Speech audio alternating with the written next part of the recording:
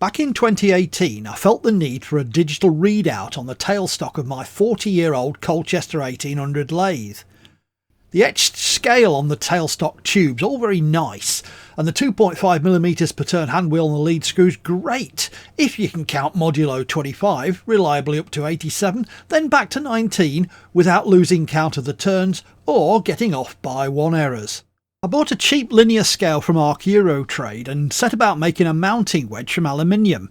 I found 4 button-sized rare earth magnets and used an end mill to make pockets for them so they'd sit just below the surface of the wedge.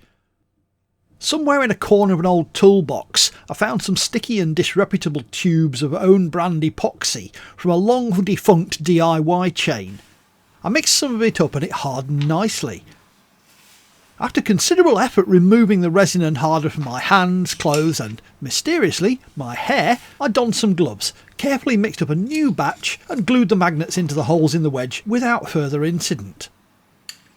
After a decent interval I cleaned up the back of the wedge with a blade and then gave it a gentle lap with abrasive paper glued to a bar.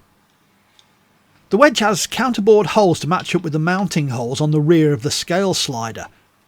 Not having a lantern chuck at the time, I used the bench grinder to burn and abrade my fingers and fling several screws at near supersonic velocity into distant corners of the shop, where they were probably captured by the scuttling things who dragged the unsuspecting threaded hardware into their holes in the ancient and crumbling brickwork.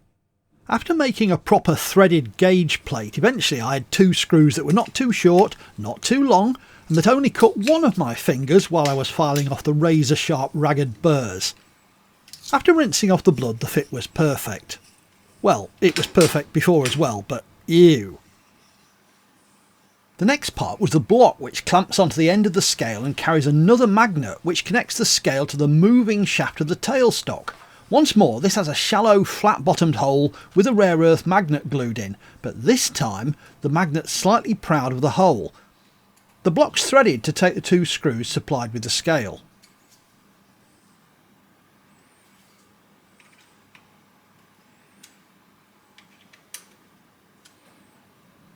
Now the scale and mount were finished, I turned and bored a piece of EN8 round steel bar into a ring which was a snug fit on the tailstock tube. I milled a flat for the protruding bracket that formed the contact point for the magnet on the end of the scale and tapped 2 M5 holes. Then machined 2 pockets tangentially with an end mill and drilled them to tapping size for M4. To split the ring I used a 1mm thick slit-in saw in the bridge port, but it wasn't able to reach the other side of the ring, so I cut part way through the opposite side to the slot using the bandsaw. The ring could then flex a little for clamping. I opened up the counterboard sides of the hole to 4.2mm and tapped the other half to M4. After a deburr and polish, the final step was making the right angle bracket. I found some heavy gauge 3-inch angle iron and sawed off a section and milled it to size, sawed and filed a nicely rounded end. 2 M5 clearance holes drilled and a D-rag and shine, and that was it, ready to roll. That was 3 years ago. 2 batteries later I noticed there was a build-up of oil inside the LCD display. It kept working for at least 6 months but then died.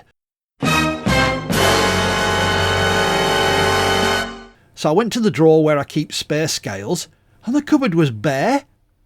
Sometime in the intervening years I must have given it away or used it for some madcap scheme. I found a spare 6-inch Vernier Caliper and had the very silly idea that I'd be able to attach it the same way. It was the same make and the display looked the same. Of course it wasn't the same. No screw holes. Oh dear.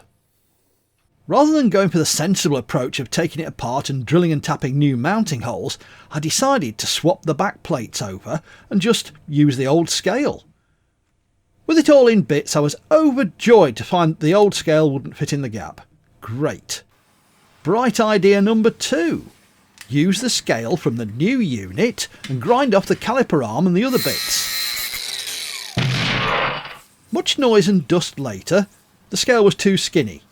But I took the shims from the old unit and then it was almost acceptable. Almost. Time for some tappy tap tap.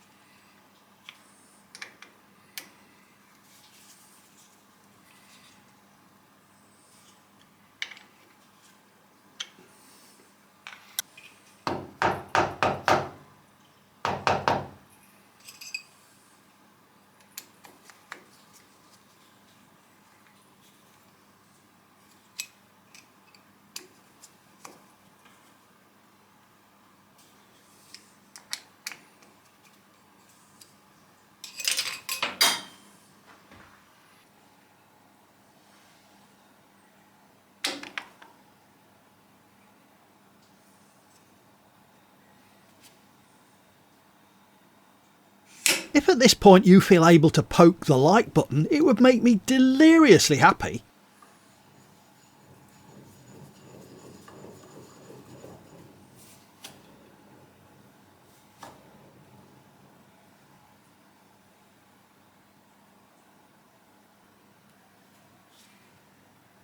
Flushed with success, I gave it a try and all seemed to work perfectly.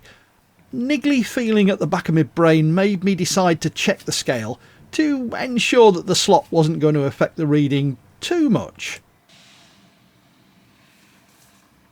It's the moment of truth, time for some precision measurements.